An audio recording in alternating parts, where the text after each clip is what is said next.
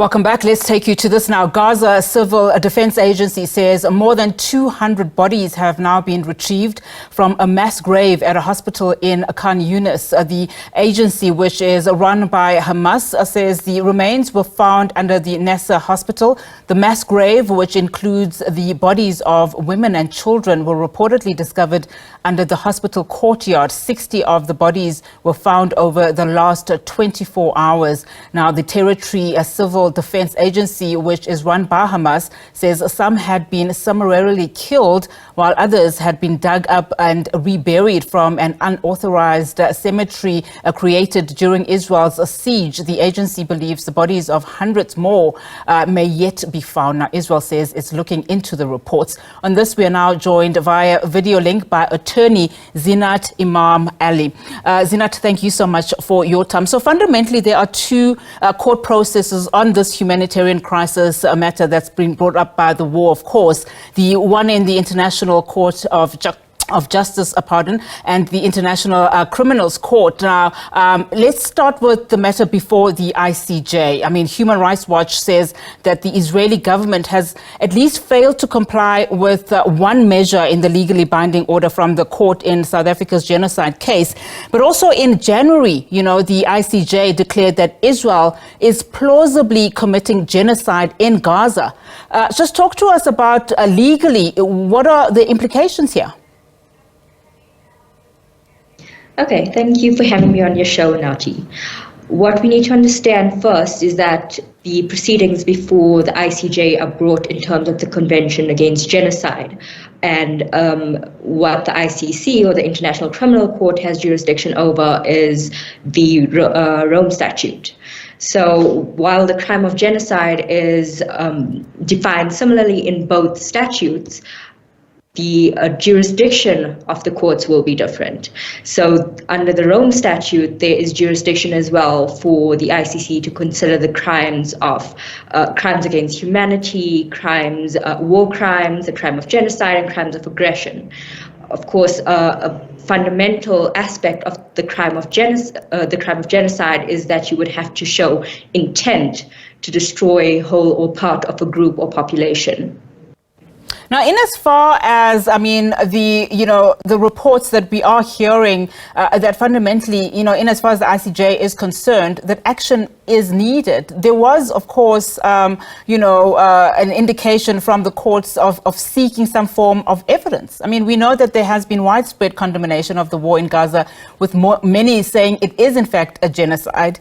Just on the issue of aid alone, on average, about 500 trucks of food and goods entered Gaza each day before the hostilities that we saw in October, during which at that time, so many people in Gaza were estimated to be facing acute food insecurity. Now there are between 60 to 100 trucks or less that are entering, that space. I mean, is that not some kind of, genocide, you would say, that qualifies that to be some form of witness or evidence for the courts? Sure. So one of the elements of genocide is the deliberate infliction of the conditions of life, which is calculated to bring about destruction of a group in whole or in part. To restrict aid in this manner is clearly calculated to create conditions of life where large portions of the Gazan population will face starvation. Additionally, this also constitutes a war crime. So it's not only the crime of genocide, but a war crime in addition.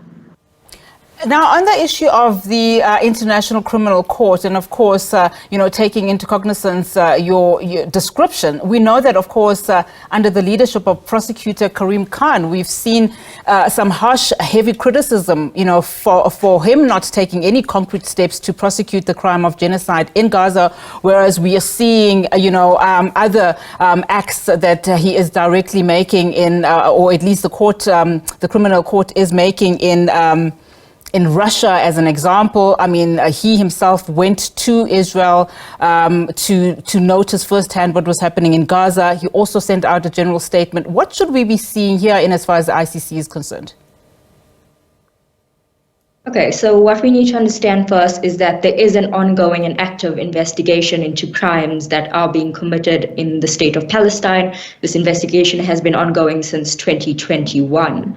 Unfortunately, the ICC and its Office of the Prosecutor is severely under-resourced, and the conditions of life in Gaza at present is just impossible for an investigative team to do investigations on the ground. However, this is not to say that no action can be taken. There's, witness statements that can be heard. There, satellite imagery. There is, social media posts that can also be very important in the prosecutor's investigation. When you say, of course, earlier on that intent is more complex, and I would imagine it is harder to prove, but when you look at the condition in Gaza, I mean, the submissions that have been made by various countries, including, some lawmakers in Palestine with hundreds of documents submitted, how hard is it really? One of the hardest aspects to show with the crime of genocide is the intention to destroy.